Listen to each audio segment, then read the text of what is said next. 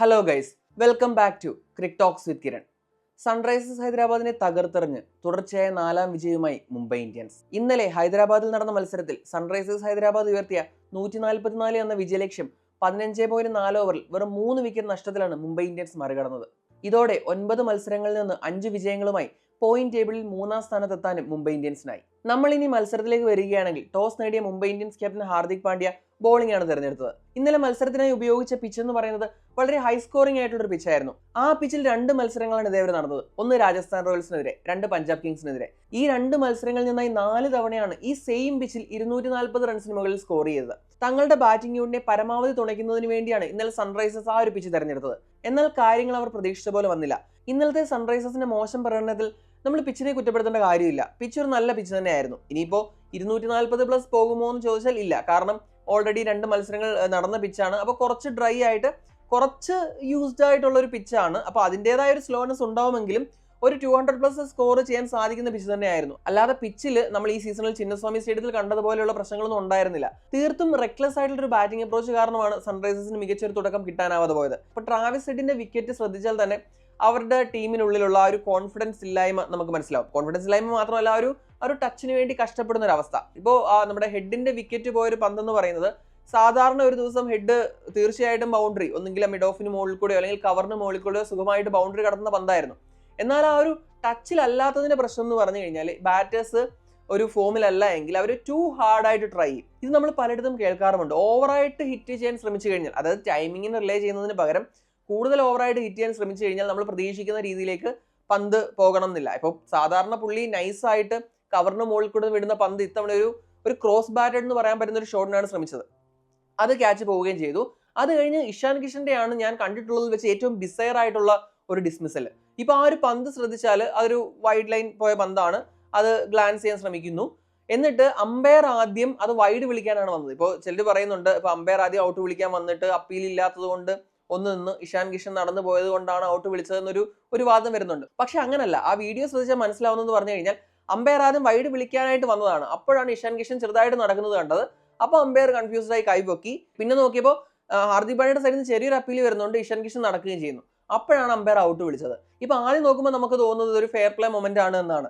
അതായത് തന്റെ ബാറ്റിൽ പന്ത് ടച്ച് ചെയ്യുന്നു, ഇപ്പൊ അമ്പയർ ഔട്ട് വിളിക്കുന്നില്ല, എതിരാളികൾ അപ്പീൽ പോലും ചെയ്യുന്നില്ല. എങ്കിലും തന്റെ സത്യസന്ധത കൊണ്ട് തിരികെ ഡഗ് ഔട്ടിലേക്ക് ഇഷാൻ കിഷൻ നടക്കുന്നു. അപ്പോൾ ഹാർദിക് പാണ്ഡ്യ ഈ ഒരു സത്യസന്ധതയ്ക്ക് അഭിനന്ദിക്കുകയൊക്കെ ചെയ്യുന്നു. പക്ഷെ ഇവിടെ ഏറ്റവും വലിയ രസം എന്ന് പറഞ്ഞു കഴിഞ്ഞാൽ ആ പന്തിൽ ടച്ച് ഉണ്ടായിരുന്നില്ല.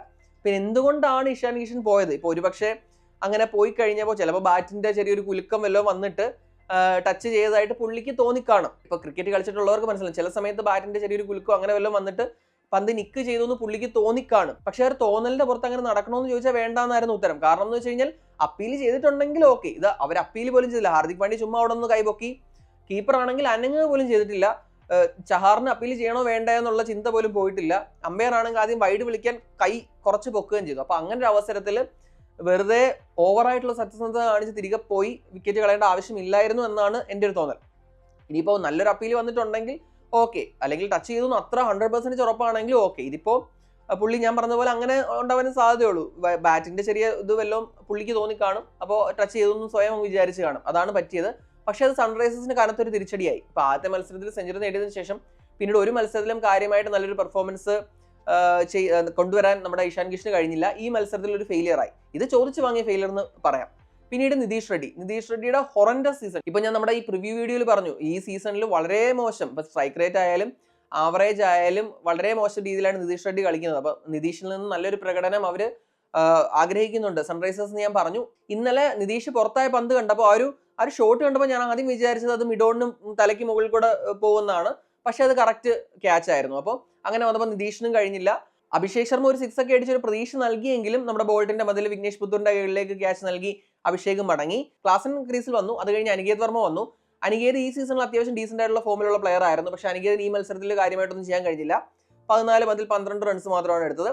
അതോടെ അവർ ഇമ്പാക്ട് പ്ലെയറിനെ കൊണ്ടുവരാൻ നിർബന്ധിതനായി. അപ്പം ഇങ്ങനെ ഒരു ഫസ്റ്റ് ബാറ്റ് ചെയ്യുമ്പോൾ ഒരു ബാറ്ററെ ഇമ്പാക്ട് പ്ലെയർ ആയിട്ട് കൊണ്ടുവരുമ്പോൾ അറിയാലോ, ഒരു ബോളർ എന്തായാലും ഷോർട്ട് ആവും. പക്ഷെ അവർക്ക് വേറെ വഴിയില്ലായിരുന്നു. അവരുടെ 5ാമത്തെ വിക്കറ്റ് പോകുന്നത് 35ാമത്തെ റൺസിലാണ്. അപ്പൊ ഇനി ഒരു എക്സ്ട്രാ ബോളറെ നോക്കിയിരിക്കേണ്ട കാര്യമൊന്നുമില്ല. കാരണം റൺസ് ഉണ്ടെങ്കിലല്ലേ ഡിഫെൻഡ് ചെയ്യാൻ പറ്റുള്ളൂ. അങ്ങനെ അഭിനവ് മനോഹർ ഇറങ്ങി. അപ്പോൾ ക്ലാസിനും അഭിനവ് മനോഹറും ചേർന്നാണ് ഒരു റീബിൽഡിംഗ് നടത്തുന്നത്. സൺറൈസേഴ്സിനെ ഒരു അല്പമെങ്കിലും റെസ്പെക്റ്റബിൾ എന്ന് പറയാവുന്ന ഒരു ടോട്ടലിൽ എത്തിച്ചത് ഇവരുടെ ഒരു റീബിൽഡിംഗ് ആണ്. ക്ലാസൻ വളരെ നന്നായിട്ട് തന്നെ കളിച്ചു. തുടക്കം ഒന്ന് ഇത് ചെയ്തെങ്കിലും, കാരണം വിക്കറ്റ് ഇല്ലല്ലോ, അപ്പോൾ പെട്ടെന്ന് തുടക്കത്തിന് അടിച്ച് ഔട്ടായി കഴിഞ്ഞാൽ വേറെ വഴിയില്ല. അതുകൊണ്ട് തുടക്കം ഒന്ന് പതുക്കെയാണെങ്കിലും പിന്നീട് കത്തിക്കേറി 44 പന്തിൽ 71 റൺസ്, 9 4 2 6 അടക്കം ക്ലാസിന് അടിച്ചു. പിന്നെ അഭിനവ് മനോഹർ 37 പന്തിൽ 43, സ്ട്രൈക്ക് റേറ്റ് 116 ഉള്ളൂവെങ്കിലും ആ ഒരു സിറ്റുവേഷനിൽ നമുക്ക് വേറെ ഒന്നും ചെയ്യാൻ പറ്റില്ല. അറ്റാക്ക് ചെയ്ത് വിക്കറ്റ് കളഞ്ഞു കഴിഞ്ഞാൽ പിന്നെ ഒരു 100 താഴെ ഓൾ ഔട്ട് ആവും എന്നല്ലാതെ വേറെ ഒന്നും സംഭവിക്കാനില്ല. അപ്പോൾ നമുക്ക് ഈ ഒരു സ്ട്രൈക്ക് റേറ്റിന് അഭിനവ് മനോഹറിനെ കുറ്റം പറയാൻ പറ്റില്ല. അവർ നല്ലൊരു റീബിൽഡിംഗ് ആണ് നടത്തിയത്. അതായത് 99 റൺസിന്റെ ഒരു പാർട്ണർഷിപ്പ് അവിടെ വന്നു. പിന്നീട് അവർക്ക് ഒന്നും അവസാനം ഒരു വിചാരിച്ചൊരു ഇമ്പച്ചസ് കിട്ടിയില്ലെങ്കിലും അവർ 143 റൺസാണ് എടുത്തത്. ഇനി നമ്മൾ ഫേസ് വെച്ച് നോക്കിക്കഴിഞ്ഞാൽ പവർ പ്ലേയിലാണ് ഈ മത്സരം. 24 റൺസ് മാത്രമേ സൺറൈസേഴ്സിന് എടുക്കാൻ കഴിഞ്ഞുള്ളൂ. 4 വിക്കറ്റുകൾ അവിടെ നഷ്ടപ്പെട്ടു. അപ്പോൾ ഒരു ഹൊറൻഡസ്, അതായത് ഹൊറർ സ്റ്റാർട്ട് എന്നൊക്കെ നമുക്ക് വിശേഷിപ്പിക്കാവുന്ന സ്റ്റാർട്ടായിരുന്നു. പിന്നെ മിഡിൽ ഓവേഴ്സിലേക്ക് വന്നപ്പോഴേക്കും ഒരു വിക്കറ്റ് മാത്രമേ നഷ്ടമായുള്ളൂ. 66 റൺസ് എടുത്തു. റൺ റേറ്റ് നോക്കിക്കഴിഞ്ഞാൽ 7.34. ഇത് ക്ലാസിനും നമ്മുടെ അഭിനവ് മനോഹറുടെ ഒരു റിക്കവറി ഫേസ് ആണ്. അതുപോലെ തന്നെ ഡെത്ത് ഓവേഴ്സിൽ 5 ഓവറിൽ 53 റൺസ്, 3 വിക്കറ്റ് നഷ്ടത്തിൽ. അതും നമ്മുടെ പവർ പ്ലേ സംബന്ധിച്ച് കഴിഞ്ഞാൽ ഒരു ഡീസന്റ് ഇത് തന്നെയാണ്. പക്ഷേ പവർ പ്ലേയിൽ ആ ഒരു നഷ്ടം, പവർ പ്ലേയിൽ ഉണ്ടായ ഒരു നഷ്ടം അവരുടെ മത്സരത്തിനെ തന്നെ ബാധിച്ചു എന്ന് വേണം പറയാൻ. കാരണം മുംബൈ ഇന്ത്യൻസ് ബാറ്റിങ്ങിന് വന്നപ്പോൾ മുംബൈ ഇന്ത്യൻസ് അതേ സമയം എടുത്തത് 56 റൺസാണ്. 32 റൺസിന്റെ ഒരു വ്യത്യാസം അവിടെ വന്നു. മിഡിൽ ഫേസിലും നമ്മുടെ മുംബൈ നന്നായിട്ട് തന്നെ കളിച്ചു. 81 റൺസ് എടുത്തു. അതായത് റൺ റേറ്റ് 9 ഉണ്ട്. 2 വിക്കറ്റ് നഷ്ടമായുള്ളൂ. പിന്നീട് ഡെത്ത് ഓവർ ഫേസ് എന്ന് പറയുന്നത് മുംബൈക്കില്ല. വെറും 4 ബോൾ മാത്രമേ അവർക്ക് വേണ്ടി വന്നുള്ളൂ ആ ഒരു ഫൈനൽ ഫേസിൽ. അപ്പോൾ അനായാസമായിട്ട് അവർ ചേസ് ചെയ്തു. ഇനി നമ്മൾ മുംബൈയുടെ ബോളിങ്ങിനെ പറ്റി പറഞ്ഞു കഴിഞ്ഞാൽ ട്രെന്റ് ബോൾട്ട് 4 ഓവറിൽ 26 റൺസ് കൊടുത്ത് 4 വിക്കറ്റ് എടുത്തു. ബോൾട്ട് തന്നെയാണ് man of the match. Deepak Chahar ഇപ്പോൾ കഴിഞ്ഞ മത്സരങ്ങളിൽ കുറച്ച് എക്സ്പെൻസീവ് ആണെന്ന് ഞാൻ പ്രിവ്യൂ വീഡിയോയിൽ പറഞ്ഞിരുന്നു. ഇന്ന് വളരെ നന്നായിട്ടാണ് ബോൾ ചെയ്തത്. 4 ഓവറിൽ 12 റൺസ് കൊടുത്ത് 2 വിക്കറ്റ്. പിന്നീട് ബുംറയും ഹാർദിക് പാണ്ഡ്യ ഓരോ വിക്കറ്റ് വീതം എടുത്തു. അപ്പോൾ ബാക്കിയുള്ള ബോളേഴ്സിനെ നോക്കിയാൽ ബുംറ ആയാലും ഹാർദിക് പാണ്ഡ്യ ആയാലും വിഘ്നേഷ് പുത്തൂർ ആയാലും ഇതിന്റെ എക്സ്പെൻസീവ് ആയിരുന്നു. സാനർ നന്നായിട്ട് തന്നെ പന്തറിഞ്ഞു, വിക്കറ്റ് കിട്ടിയില്ലെങ്കിലും. 4 ഓവറിൽ 19 റൺസ് മാത്രമേ വിട്ടുകൊടുത്തുള്ളൂ. അപ്പോൾ ഓൾ ഇൻ ഓൾ നോക്കിക്കഴിഞ്ഞാൽ ക്ലാസിന്റെയും അഭിനവ് മനോഹറിന്റെ ഒരു പാർട്ണർഷിപ്പ് മാറ്റി നിർത്തി കഴിഞ്ഞാൽ ഒരു ഡിസപ്പോയിന്റിംഗ് പെർഫോമൻസ് ആയിരുന്നു. ഒരു പാർ സ്കോറിന്റെ അടുത്ത് പോലും 7 അയലത്ത് പോലും അവർക്ക് എത്താനായില്ല. പ്രത്യേകിച്ച് ആ ഒരു ന്യൂ ബോൾ, മുംബൈയുടെ new ball swing bowlers Deepak ചഹാറിനെതിരെയും ബോൾട്ടിനെതിരെയും അവർക്ക് ഒന്നും ചെയ്യാൻ കഴിഞ്ഞില്ല. കാരണം ഞാൻ പലവട്ടം പറഞ്ഞു, ഇവർ തോറ്റ മത്സരങ്ങളിലെല്ലാം ഇത് തന്നെയാണ് ഇവർക്ക് സംഭവിച്ചത്. നല്ലൊരു സ്റ്റാർട്ട് നൽകാൻ ഓപ്പണേഴ്സിന് കഴിഞ്ഞില്ല. പിന്നെ അവർ 200 മേളിൽ പോലും സ്കോർ ചെയ്യാനാവാതെ തോൽക്കുകയും ചെയ്തു. അങ്ങനെ വന്നപ്പോഴേക്കും ഈ മത്സരത്തിലും മറിച്ചല്ല സംഭവിച്ചത്. ഇനി നമ്മൾ മുംബൈയുടെ ഇതിലേക്ക് വരുമ്പോൾ, മുംബൈയുടെ ഇന്നിംഗ്സിലേക്ക് വരുമ്പോൾ രോഹിത് ശർമ്മ തുടർച്ചയായിട്ട് 2ാം മത്സരത്തിൽ അർദ്ധ സെഞ്ചുറി നേടി. ഇപ്പോൾ രോഹിത് ശർമ്മയുടെ കാര്യം പറഞ്ഞു കഴിഞ്ഞാൽ ആദ്യ മത്സരങ്ങളിലൊക്കെ ചില ബൗണ്ടറി ഒക്കെ അടിക്കുമ്പോൾ നമ്മൾ പുള്ളി ടച്ചിലാണെന്ന് തോന്നും, എന്നാൽ വിക്കറ്റ് നൽകി മടങ്ങും. അതായിരുന്നു സംഭവിച്ചുകൊണ്ടിരുന്നത്. അപ്പോൾ ആദ്യത്തെ മത്സരങ്ങളിലൊന്നും പവർ പ്ലേ അതിജീവിക്കാൻ കഴിഞ്ഞില്ല. എന്നാൽ കഴിഞ്ഞ മത്സരത്തിൽ അതിന് കഴിഞ്ഞു, ഒരു 50 അടിച്ചു. ഈ മത്സരത്തിലും രോഹിത് മികച്ചൊരു അർദ്ധ സെഞ്ചുറി തന്നെ നേടി. 46 പന്തിൽ 8 4 3 6 അടക്കം 70 റൺസ്. പിന്നീട് റിക്കിൾട്ടണും വിൽ ജാക്സും കാര്യമായിട്ടൊന്നും ചെയ്തില്ല. റിക്കിൾട്ടൺ 8 പന്തിൽ 11, വിൽ ജാക്സ് 19 ബോളിൽ 22. പിന്നീട് സൂര്യകുമാർ യാദവ് വന്നു. സൂര്യകുമാർ യാദവ് വളരെ നന്നായിട്ട്, അതായത് കഴിഞ്ഞ മത്സരത്തിൽ എവിടെയാണോ സൂര്യ നിർത്തിയത് അവിടെ നിന്നാണ് സൂര്യൻ തുടങ്ങിയത്. 19 ബോളിൽ 5 4 2 6 അടക്കം 40 റൺസ്. ഇന്നും സ്ട്രൈക്ക് റേറ്റ് 200+ ആയിരുന്നു. പിന്നീട് വിജയത്തിലേക്ക് അടുത്ത് കഴിഞ്ഞപ്പോൾ രോഹിത്തിന്റെ വിക്കറ്റ് ഇവർക്ക് നഷ്ടപ്പെട്ടു. പിന്നെ തിലക് വർമ്മ വന്നു. തിലക് വർമ്മ 2 ബോളിൽ 2 റൺസ്. സൂര്യ മനോഹരമായിട്ട് ആ മത്സരം 16ാമത്തെ ഓവറിൽ തന്നെ ഫിനിഷ് ചെയ്യുകയും ചെയ്തു. ഇനി ഇവരുടെ ബോളിംഗിലേക്ക് നോക്കിക്കഴിഞ്ഞാൽ ഹർഷൽ പട്ടേൽ ഡീസന്റ് ആയിട്ട് ബോൾ ചെയ്തു, വിക്കറ്റ് കിട്ടിയില്ല. 3 ഓവറിൽ 21 റൺസ്. പിന്നെ ഉനത് കട്ടും ഡീസന്റ് എന്ന് പറയാം, 3 ഓവറിൽ 25 റൺസ് കൊടുത്ത ഒരു വിക്കറ്റ്. പിന്നീട് വിക്കറ്റ് കിട്ടിയത് ഇഷാൻ മലിംഗയ്ക്കും സീഷൻ അൻസാരിക്കുമാണ്.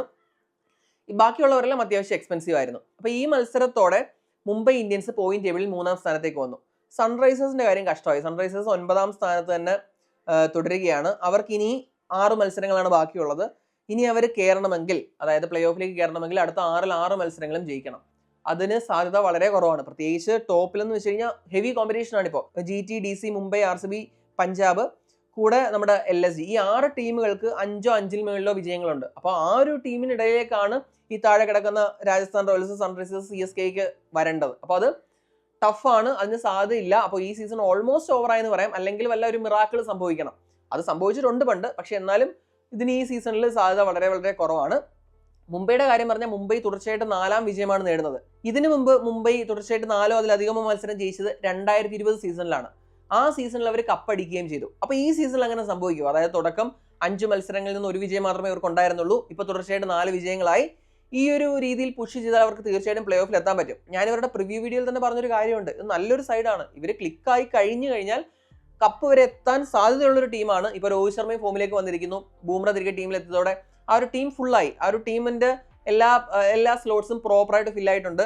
മാച്ച് വിന്നേഴ്സ് ഇഷ്ടം പോലെ ഉണ്ട്. ഞാൻ നേരത്തെ പറഞ്ഞതുപോലെ ഇങ്ങനെ വന്നു കഴിഞ്ഞാൽ ബാക്കിയുള്ള ടീമുകളെല്ലാം ഭയക്കേണ്ട ഒരു ടീമായിട്ട് മുംബൈ ഇന്ത്യൻസ് മാറിക്കഴിഞ്ഞിരിക്കുന്നു എന്ന് വേണം പറയാം. ഈ മത്സരത്തെക്കുറിച്ച് എന്താണ് നിങ്ങളുടെ അഭിപ്രായം? കമന്റ് ചെയ്യുക. അടുത്തൊരു വീഡിയോയുമായി ഉടൻ തന്നെ കാണാം. Thanks for watching Cric Talks with Kiran.